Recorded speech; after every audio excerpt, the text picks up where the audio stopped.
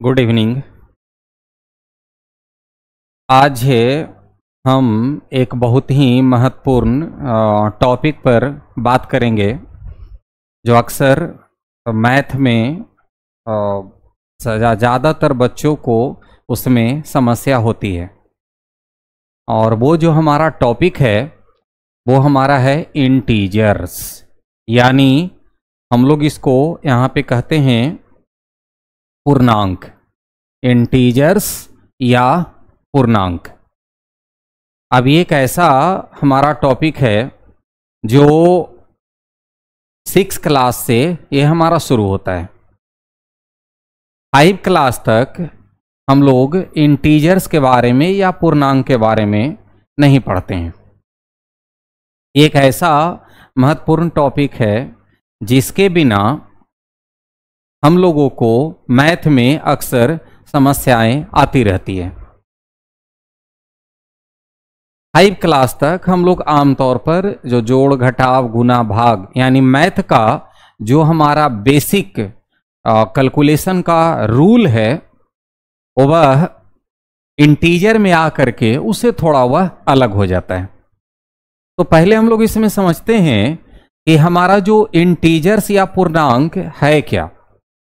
हम लोग इसको ऐसा कहेंगे कि नंबर का एक ऐसा ग्रुप या समूह जिसमें हमारा हो नेगेटिव नंबर,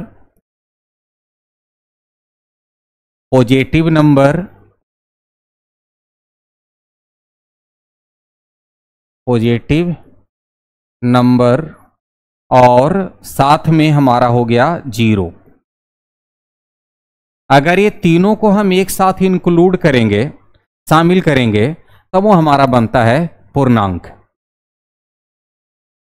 अब यहाँ पे हम लोग थोड़ा इसको समझते हैं कि नेगेटिव और पॉजिटिव का आइडिया हमारा आया कैसे, या इसको हम किस तरह से एक्सप्लेन कर सकते हैं।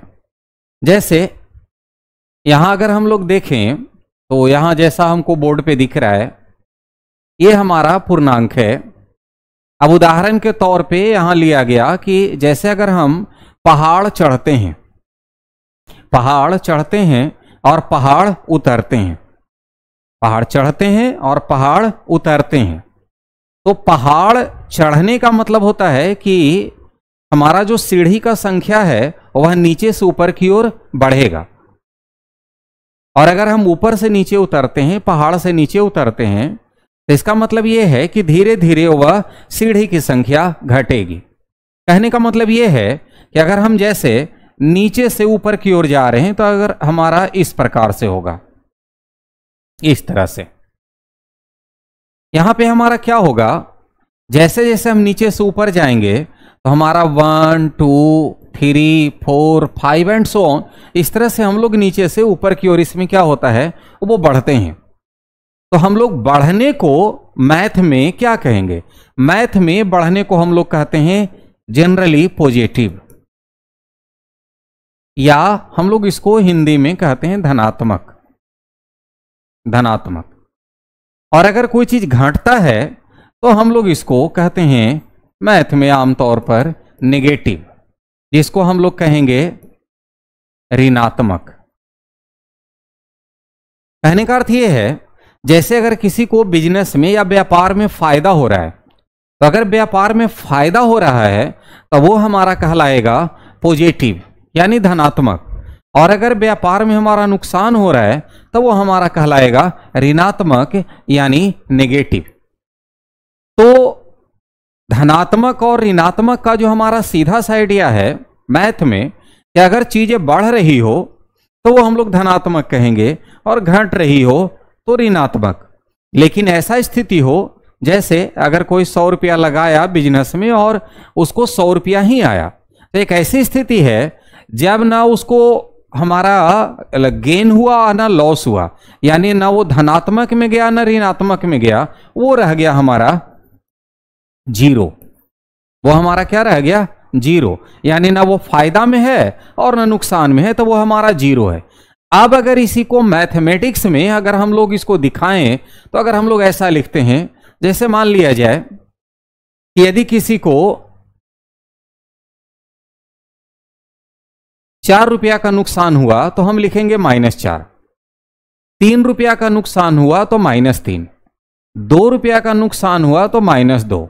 1 का हुआ तो -1।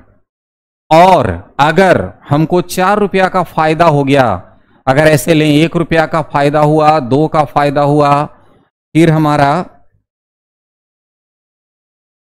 3 का फायदा हुआ, फिर हमारा 4 का फायदा हुआ एंड सो ऑन। और ये दोनों के बीच में ना फायदा है ना नुकसान है, उसको हम लोग लिखेंगे शून्य। यानी कह सकते हैं इधर का जो हमारा नंबर है ये है नेगेटिव, और ये जो हमारा है इधर हमारा है ये पॉजिटिव यानी धनात्मक।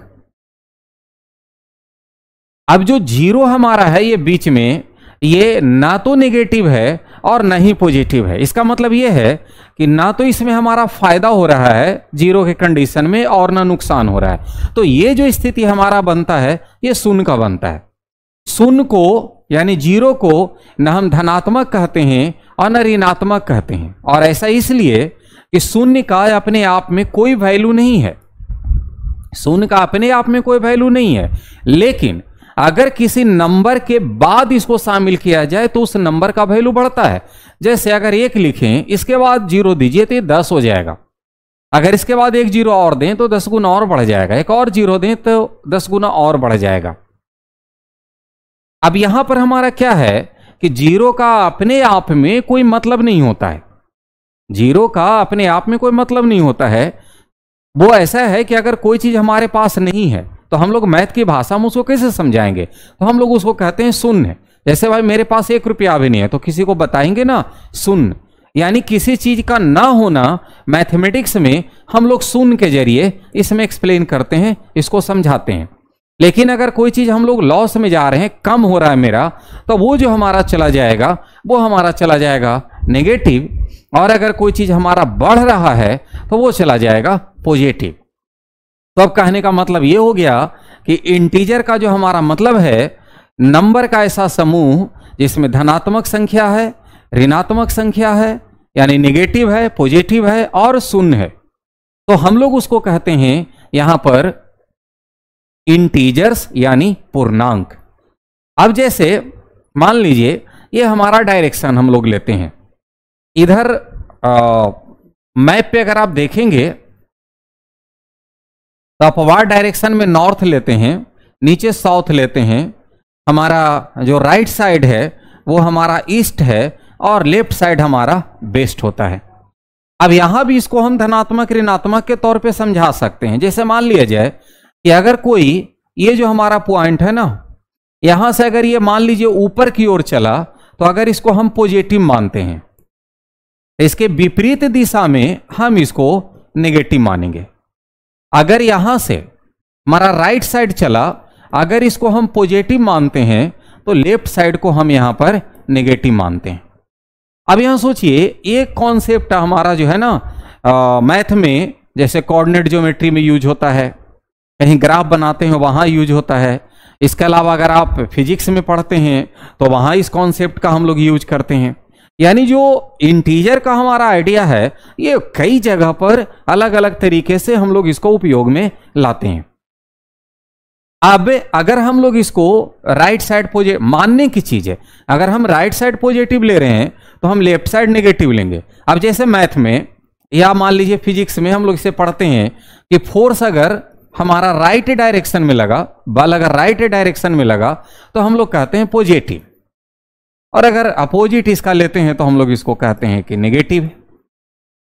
यानी कहने का अर्थ यह है कि धनात्मक और ऋणात्मक का जो आइडिया है हमारा कई जगह विपरीत सेंस को दिखाने के काम में आता है, यानी विपरीत बातों को दिखाने के लिए काम में आता है।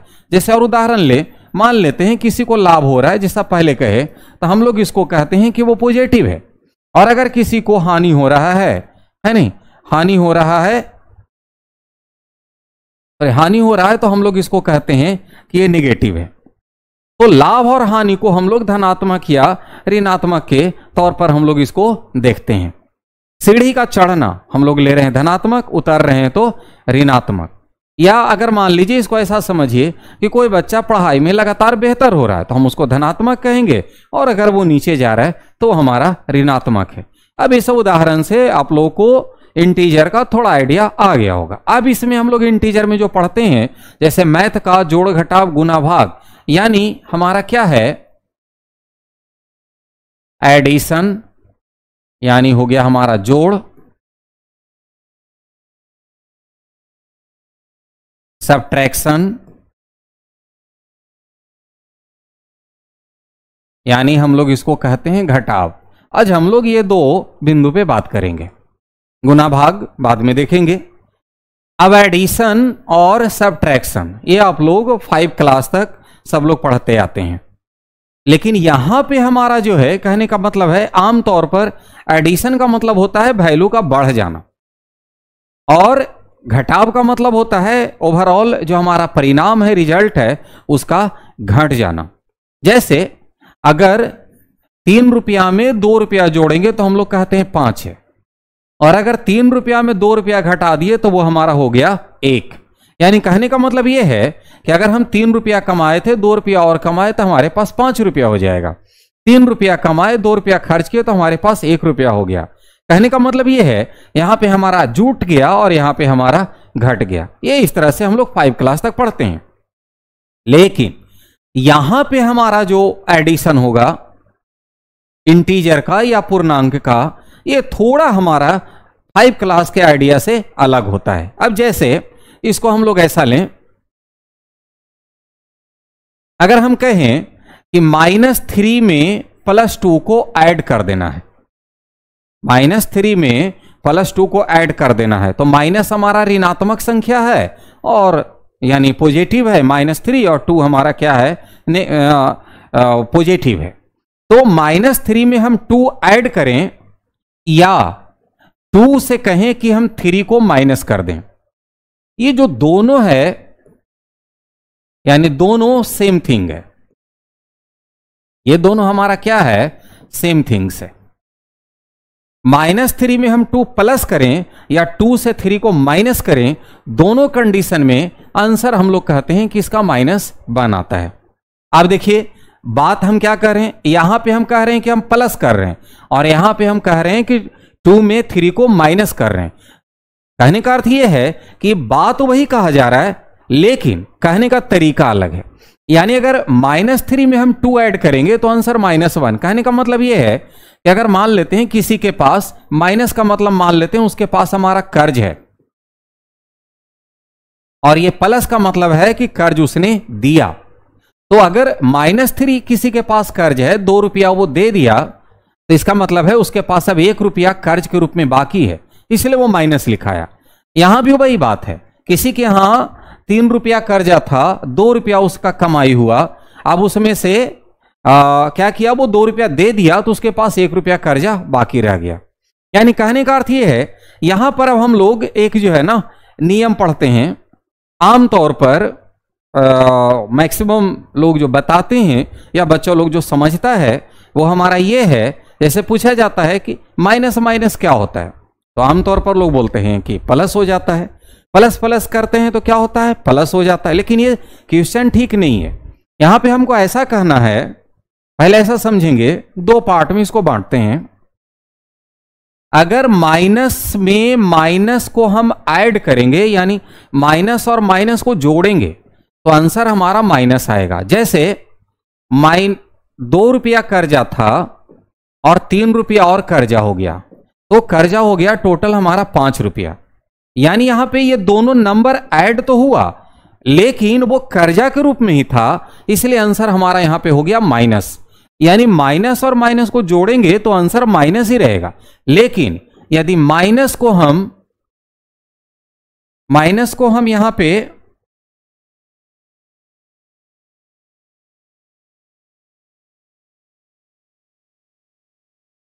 यदि हम यहां पर देखें,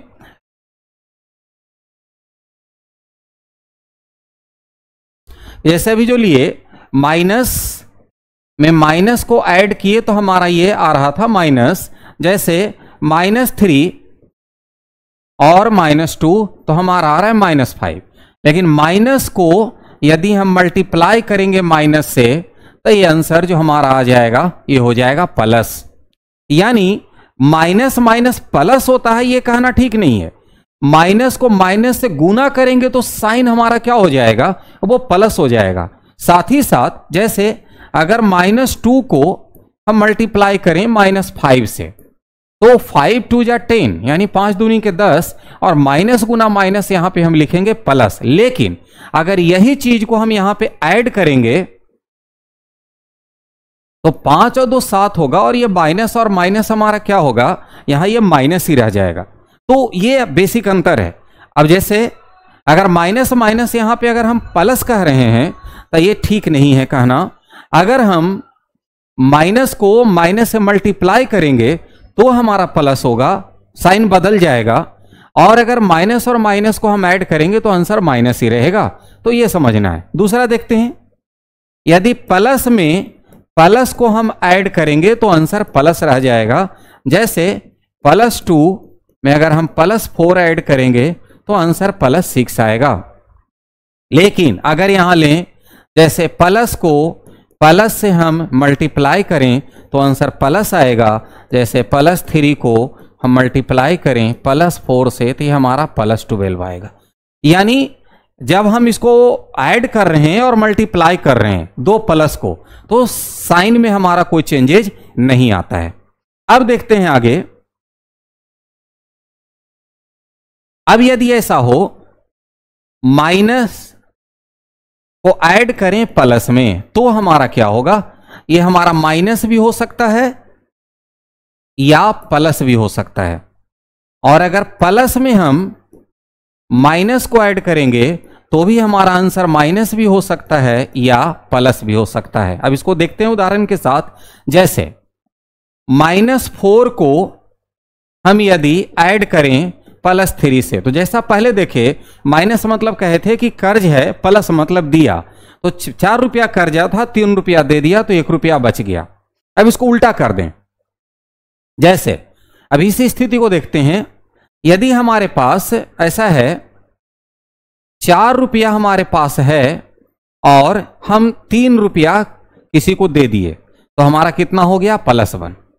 यानी ये जो स्थिति हमारा यहां पर बनेगा कि कौन नंबर बड़ा है हम लोग उसका साइन रिजल्ट में देते हैं। कौन सा नंबर बड़ा है हम उसका साइन एडिशन में देंगे कि कौन बड़ा है उसका साइन पड़ेगा प्लस या माइनस का। अगर हम गुना में लेते हैं तो जैसे माइनस को अगर हम गुना करेंगे प्लस से तो आंसर माइनस आएगा, या प्लस को गुना करेंगे माइनस से तो भी माइनस ही आएगा। इसमें हमारा कोई झंझट नहीं है। अब जैसे अगर -2 को मल्टीप्लाई करें +3 से तो भी -6 आएगा, या +2 को मल्टीप्लाई करेंगे -3 से तब भी -6 ही आएगा। यानी एडिशन के केस में हमको यहां पर देखना है कि जो अंक बड़ा होगा अगर उसको ऐड करेंगे तो साइन हमेशा उसी का होगा। जैसे और उदाहरण लें, -10 है, इसमें हम जोड़ते हैं 11 को तो देख रहे हैं 11 बड़ा अंक है और इसके पहले वाला जो हमारा है साइन इसका वो प्लस का है। तो अगर इसको ऐड करेंगे तो 11 रुपया था, 10 रुपया दे दिए तो 1 रुपया बचा। इसके पहले साइन प्लस है इसलिए प्लस हो गया। लेकिन अगर ऐसे रहता -11 और +10, अब यहां पे क्या है, 11 रुपया कर्जा था, 10 रुपया दे दिया तो -1। चूंकि 11 है इसके पहले का साइन जो हमारा है माइनस है इसलिए हमारा ये माइनस रह गया। तो ये हमारा एडिशन है। अब देखेंगे इसमें हमारा, अब जैसे इसमें कुछ क्वेश्चन है जिसको आप लोग ट्राई करके देख सकते हैं। ऐड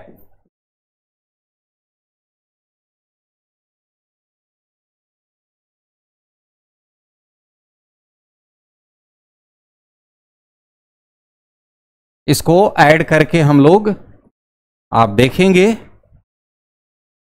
अगला हमारा है -200 + 300।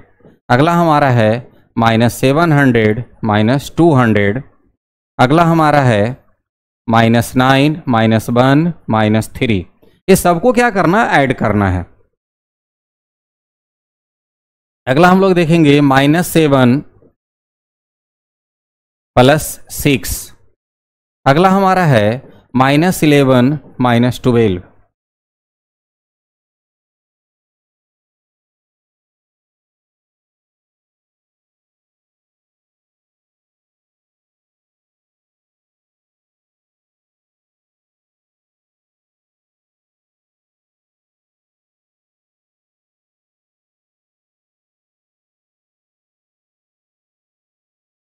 अगला हम लोग देखेंगे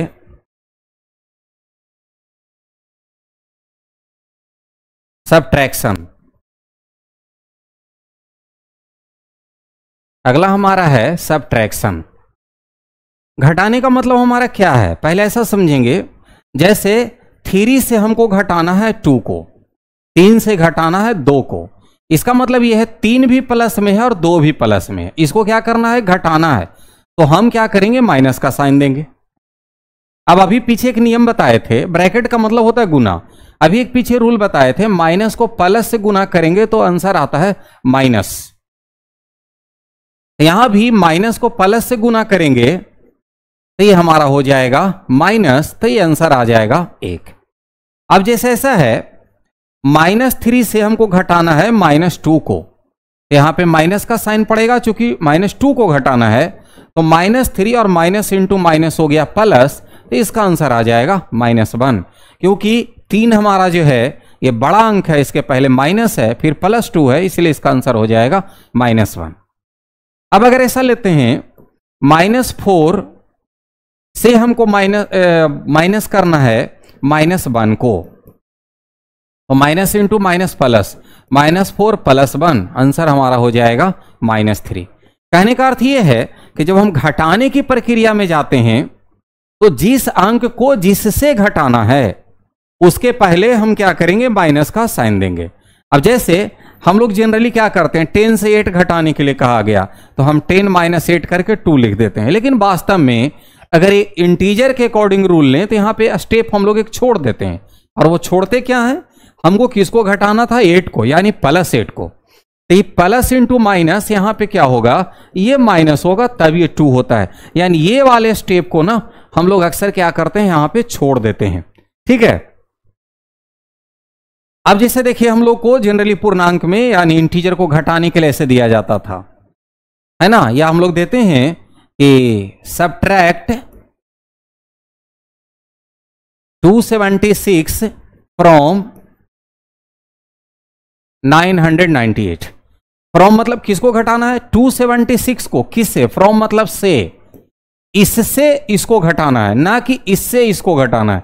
यानी 276 से 998 को नहीं घटाना है, 998 से घटाना है 276 को, उसका उल्टा। तो कहने का मतलब यह है कि हम लोग लिखते हैं 998, घटाना इसको है तो यहां पर लिखेंगे +276। चूंकि घटाना है तो साइन माइनस हो जाएगा, तो ये हो जाएगा 998 - 276। अब अगर इसको घटाएं तो 8 में से 6 गया 2, 9 में से 7 गया 2 और 9 में से 2 गया 7, इतना। इसी को हम लोग ऐसे लिखते हैं 998 और घटाना किसको है, 276 को।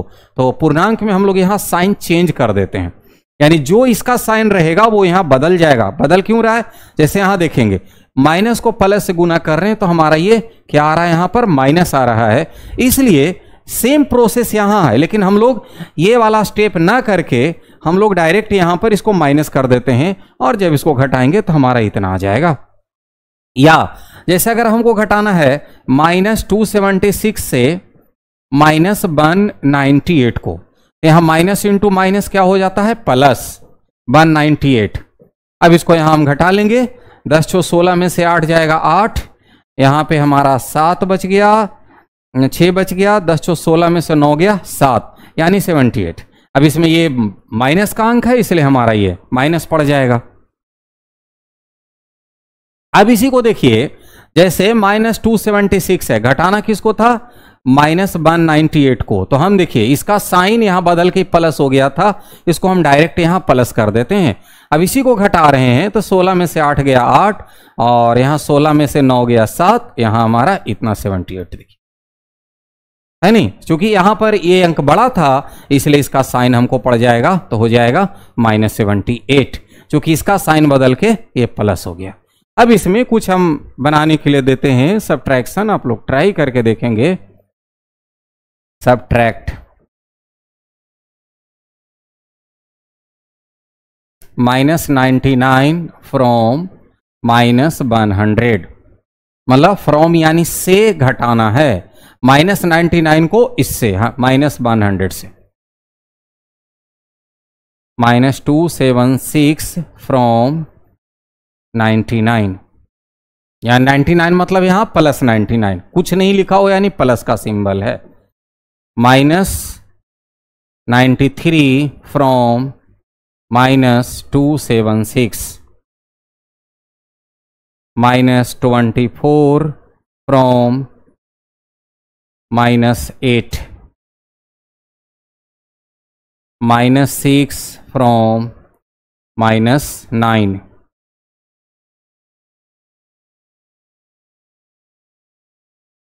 -99 फ्रॉम -219, 36 फ्रॉम -2,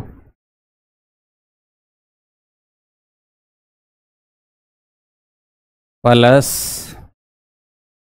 ना फ्रॉम -12 फ्रॉम -3, और -96 फ्रॉम -198। Thank you. आप लोग इस तरह को प्रयास करके देखेंगे।